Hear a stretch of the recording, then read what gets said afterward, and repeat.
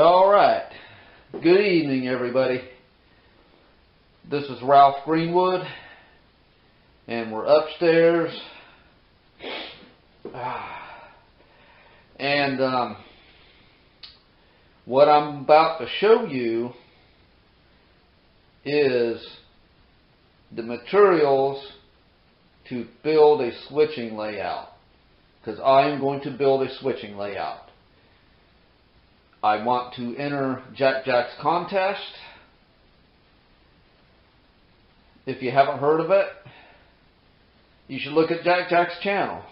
He's been doing a lot of live streaming lately, and he does a lot of switching on his layout. So if you've never seen his channel, go look at it, go check it out. Okay. Now right here, I've got some OSB. This stands for Oriented Strand Board. It's like a substitute for plywood. It's used on roofing and things like that. The OSB is not my primary choice. I happen to have this piece of OSB sitting at my rental property, and I wasn't going to use it for anything else, so I'm going to use it for it. It's 7/16 thick.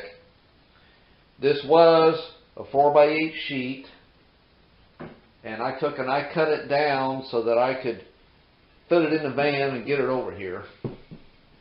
So I cut off this piece right here, this piece that you see down here, and so I made it a 3x8. But now I'm going to take that piece, I'm going to cut off some sections of that 3 feet long, add them to the ends. I'm going to make it 10 feet long. It's going to be a basic flat top, box style, or whatever you want to call it, bench work. Okay. Now, right down here, these are 1x4s. These are 10 feet long. There is 3 of them here. This is going to be enough. The 1x4 is going to be the runners, or what some guys call the fascia, on the sides, the long side, and it's going to be the ends also. The outside framework is going to be 1x4. The OSB is going to sit in there, be framed by the 1x4s. Okay, and I've got some 1x2 here. I'm going to use that for both for shoring up the 7/16, and I might use some of it for bracing also. Okay, and I've got some. These are 2x3s. This is a 2x3, not a 2x4. This is a 2x3. I'm going to use this for cross members. Also, okay, the 1x4s are going to be used for cross members also, but where I have legs attaching and where I have my braces coming on, I'm going to use the 2x3 as a cross member. And this extra thickness, I'll be able to really screw on that runner on there good and stiffen it up good. Okay. Now I've got some 2x4 here. I've got two 10-foot 2x4s. These are going to be the legs, basically. I'm not going to use them for anything else. I think it is getting kind of late tonight, so I'm going to take a break, and I think I'm going to wait till tomorrow to get started. So hey, guys, hang in there. I'll see you tomorrow.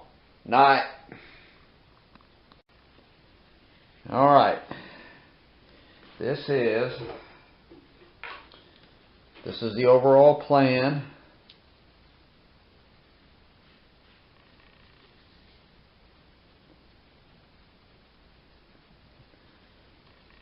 The scale on this is 1.5 inches to a foot, or 1/8 of an inch equals an inch.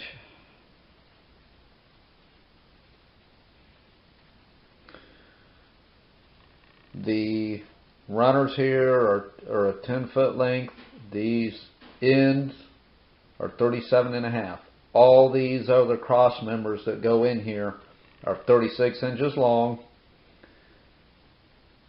There's a 2x3 on a 1 foot center line because I have a 1 foot section. I want to make sure that seam can be covered and screwed down. Another one, another foot after that. Both of these are 2x3. This one here and this one here are 1x2s. All the others on the inside are 2x3s. And this middle one's a 2x3 also. Right here, this is what will show the 2x4. That's my leg here. There's 4 of them. And I've spaced these out a 3/4 of an inch so I can take a 1x and I will brace from here to up here. I will go diagonal, probably about a 45 degree or somewhere around there for bracing on. I'll do that on all 4 of these. Then I will have other bracing on these legs below for back and forth like this. But I'm not really worried about that right now. I am going to use some of the 1x2, and I think I'm going to cut it and run it along the side on the inside here so that there's something solid, so all the flat top is solid. But and I'm going to have to, once I put the basic frame together, I'll be measuring that 7/16 of an inch so that the top is flush. Okay, now you can see right here, these legs are right here. There's 2 feet on the other end. So that means there's 6 foot. It's got a 6 foot. It's 10, just a little over 10 feet long, and has a 6 foot footprint. So that I only have like 2 feet on either side that are self-supportive, nothing underneath them, at least not for right now, but I can brace them if I have to. So this is the overall plan. The next thing we're going to be doing some cutting. So see here in a little bit. All right. Well, I've got one of these end caps cut. Got the other one right here to go on the other end. I've already got this. I've already got this other corner put together. So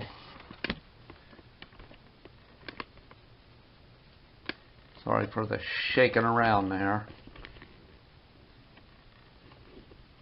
Okay. I'll take and put this one together. Show you how I use the pony vise. Put it right underneath there.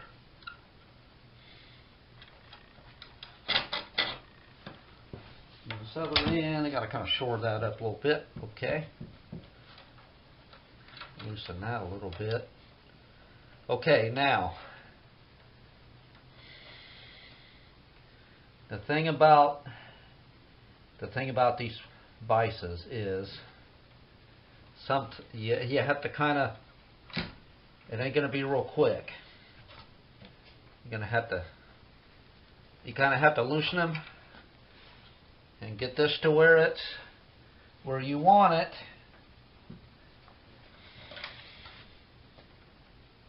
Okay.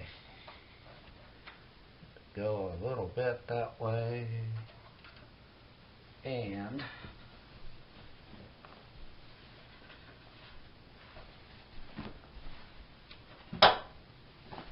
pick up a little bit on that end. I had to raise this on the other end to get it to line up good. I'm going to have a time with this carpet. Pretty soon I'm going to pull all this carpet out of here. This carpet's going to be gone and all this crappy tile is going to be gone.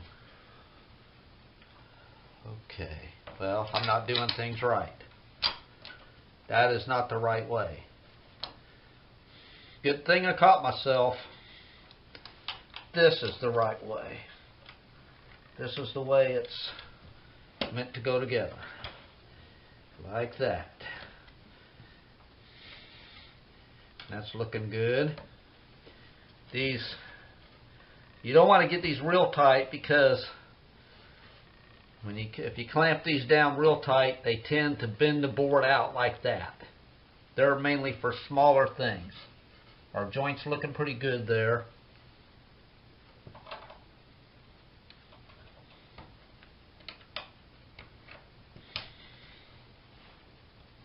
See, if I tighten that up, it wants to crawl.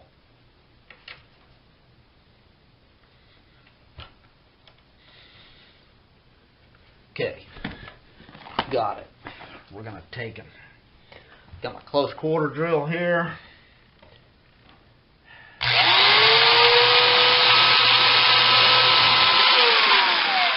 And do another one.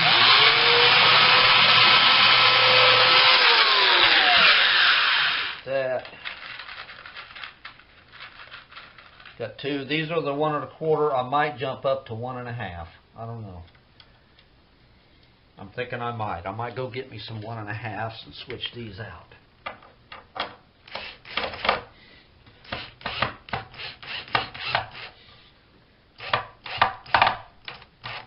There.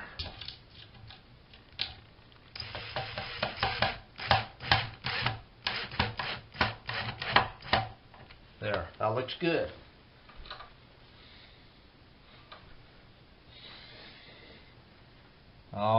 Oh boy. A little bit of a... Okay. I think I can fix that. Yeah, we can.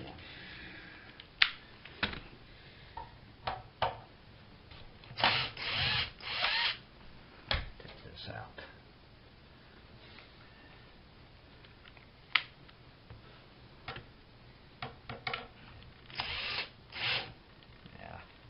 Okay.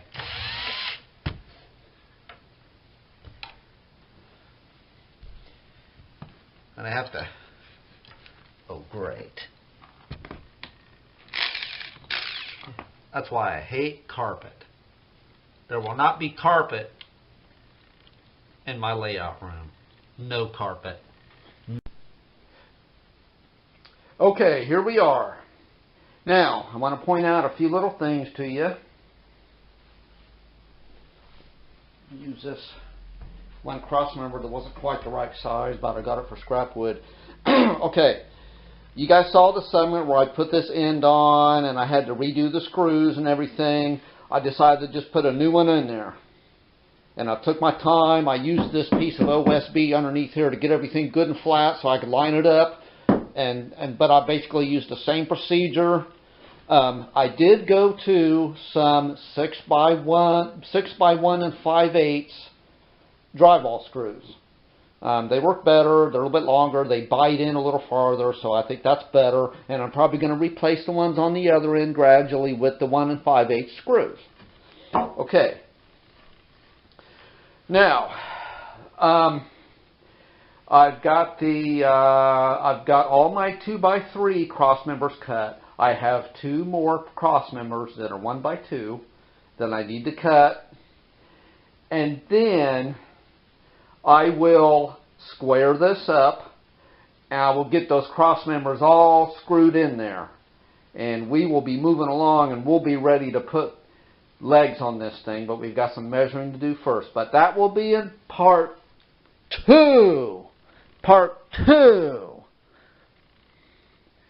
Like Eric Hall. He always says, part 2 or version 2.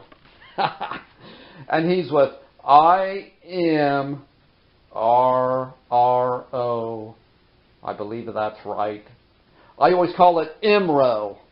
If you haven't heard of Eric, if you haven't heard of IMRO.com, you should go check his channel out. So, go check his channel out. So, hey, we're getting ready for part 2, but that's his thing. You know, he says, welcome back, my friends, to the show that never ends. Come inside, come inside. Okay. Ready for part 2, and at the end of this, there will be a thing right down here, and it'll say, watch part 2. See you guys later.